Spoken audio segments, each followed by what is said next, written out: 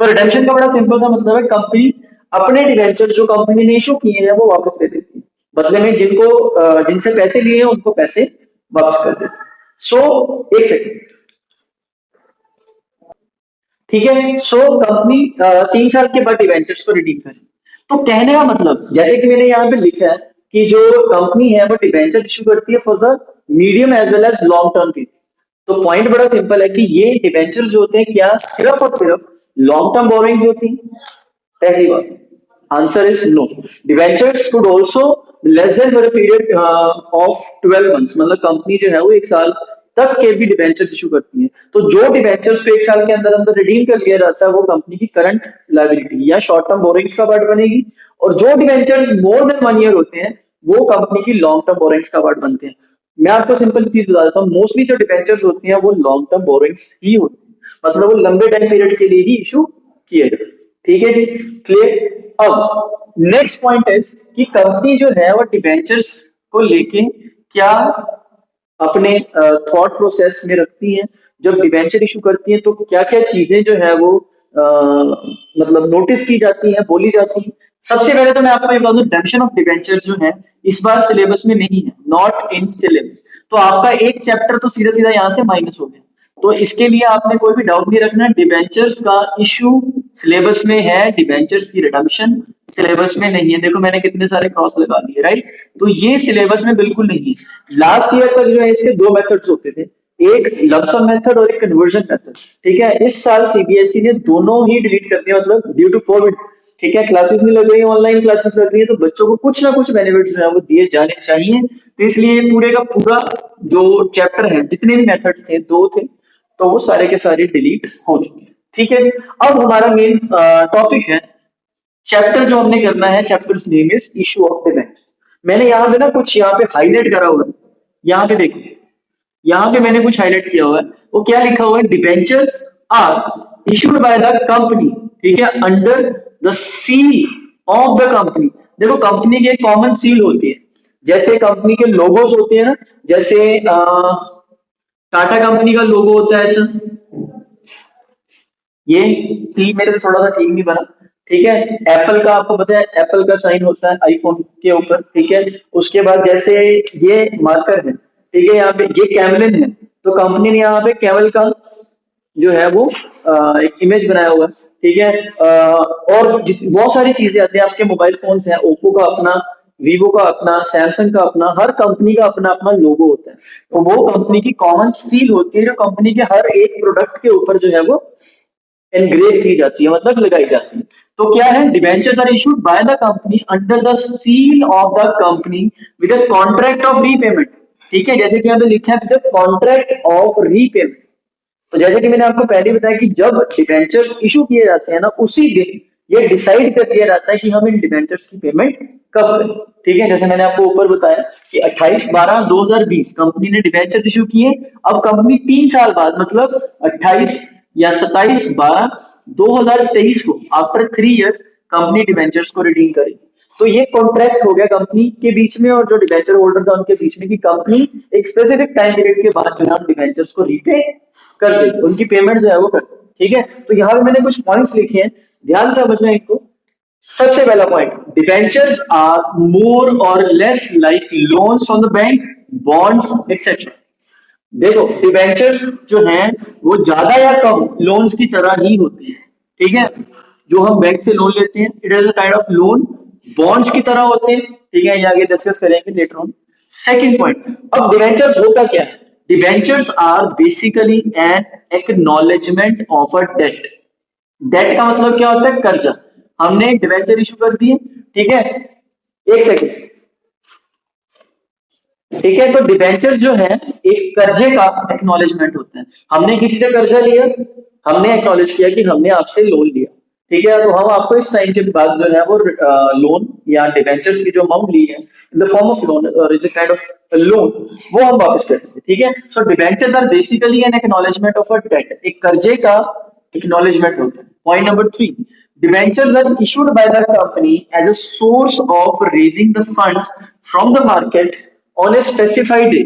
मतलब एक स्पेसिफाइड दिन को, जैसे मैंने 28 12 आज का डेट अज्यूम किया है कि आज के दिन हमने डिवेंचर्स जो है वो इशू किए हैं बिगर कंपनी, तो एक स्पेसिफाइड डेट होता है at a specified rate of interest.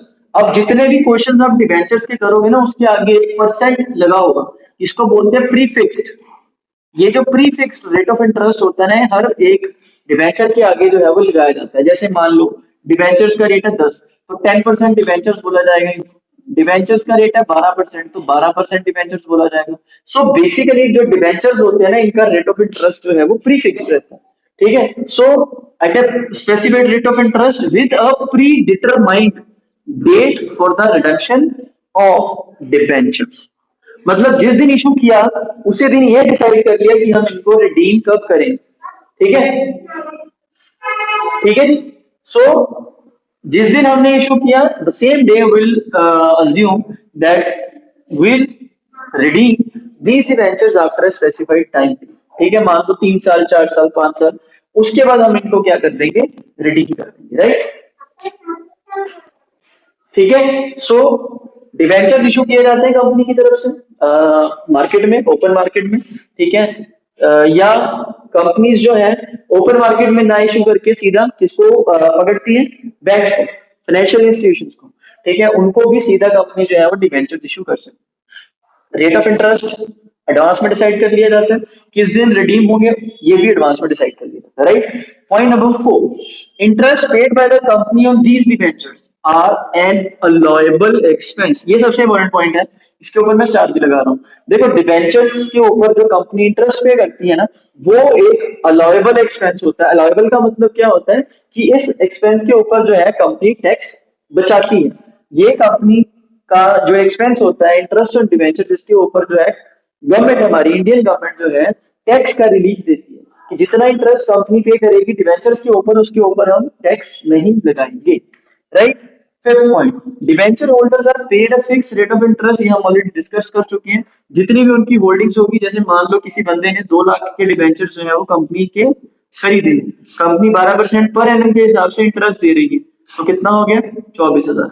तो कंपनी के पास ऑप्शन होती है, कंपनी साल में 2 बार भी डिवेंचर्स का इंटरेस्ट इशू कर सकती है। जैसे मान लो हमारा फाइनेंशियल ईयर 1/4 से शुरू होता है, 31/3 को खत्म होता है, mid of the financial year. ये मिड जो है वो कब होता है, मिड होता है हमारा से वी कैन से 30 सितंबर को। तो पहली इंटरेस्ट की इंस्टॉलमेंट जो है कंपनी 30 नौ को दे देगी, दूसरी इंटरेस्ट की इंस्टॉलमेंट कंपनी जो है वो 31/3 को दे देगी। तो 24,000 को स्प्लिट कर दिया जाता है 2, राइट।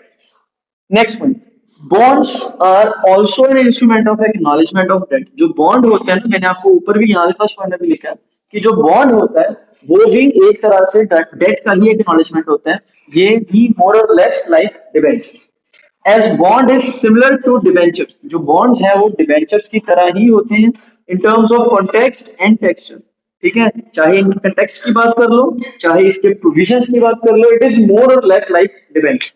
लेकिन इनमें एक थिन लाइन डिफरेंस होता है, जैसे हेयर लाइन फ्रैक्चर होता है बिल्कुल माइनर सा। ठीक है, तो ऐसे ही कंपनी के जो डिबेंचर्स होते हैं जो बॉन्ड्स होते हैं उनमें बड़ा थिन लाइन से डिफरेंस होता है, वो हम आगे डिस्कस करेंगे। ठीक है, point number 7, debentures can be issued in the following 2 veg.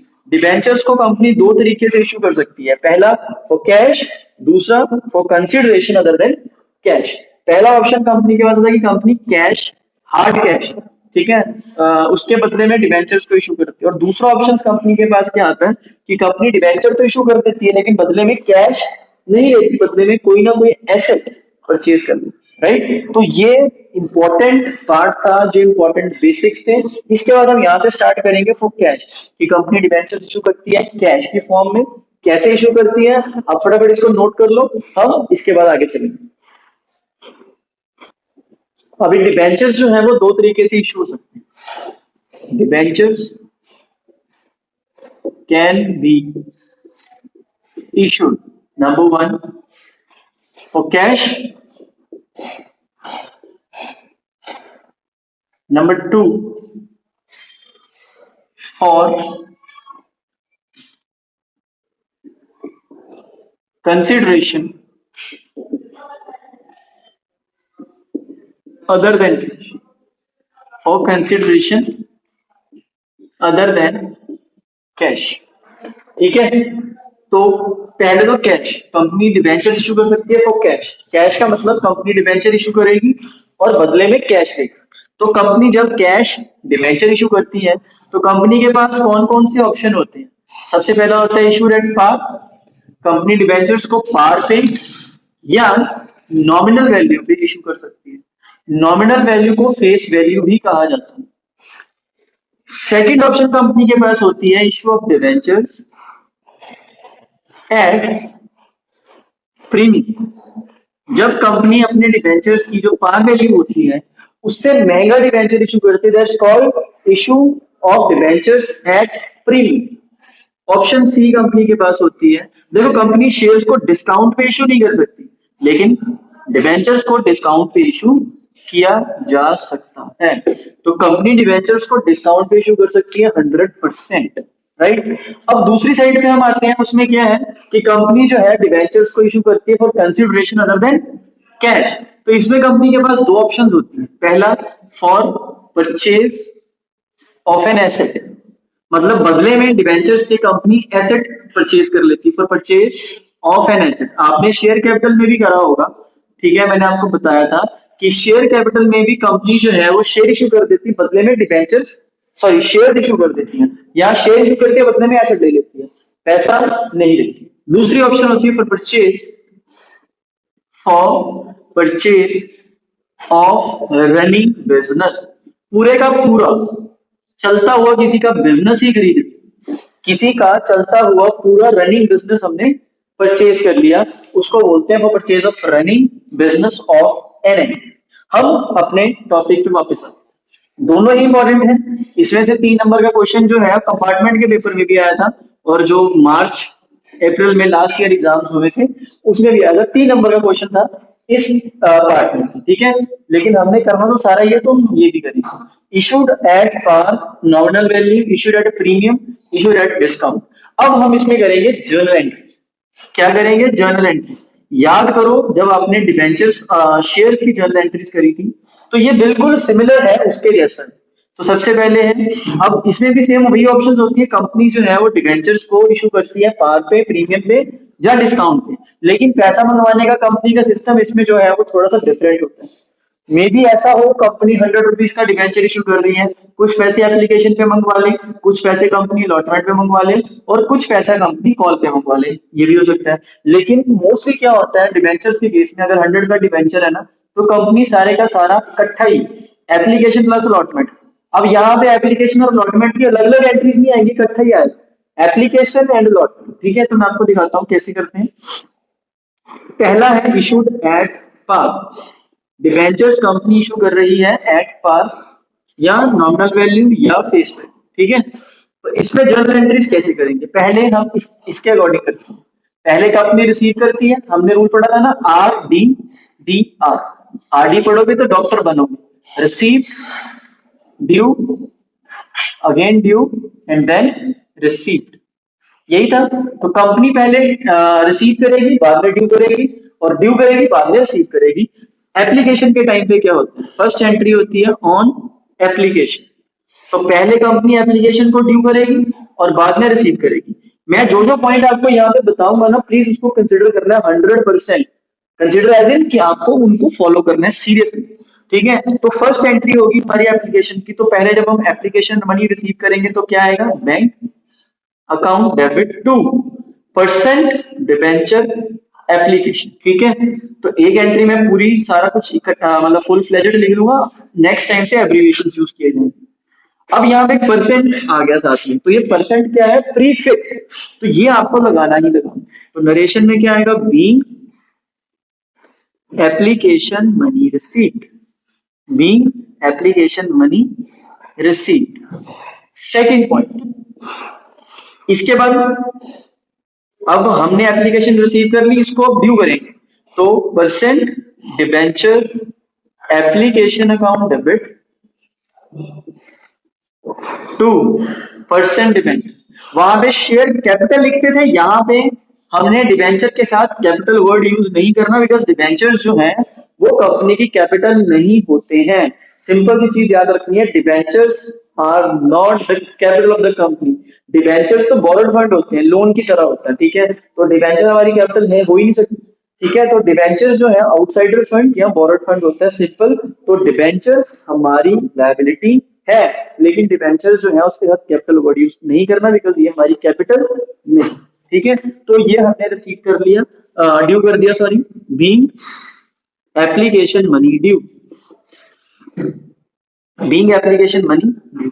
अब इसके बाद allotment number two, third sorry, लेकिन सेक्शन सेकंड होगा ऑन अलॉटमेंट। अब अलॉटमेंट के टाइम पे हम क्या करेंगे, सबसे पहले अलॉटमेंट मनी ड्यू करेंगे, राइट। तो अलॉटमेंट मनी ड्यू करने की क्या एंट्री होती है, सिंपल, पहले तो ड्यू करो percent debenture allotment account debit to percent debentures. तो डिबेंचर्स वर्ड यहाँ पे भी यूज करना है, जहां पे भी आप उसके साथ परसेंट जो है वो जरूर लगाओगे ही, राइट। ये होगी। अब इसके बाद हमने ये वाला पार्ट बाद में करेंगे, तो अब इसके नीचे में यहाँ से कैरी फॉरवर्ड कर रहा हूँ, एंट्री नंबर 4।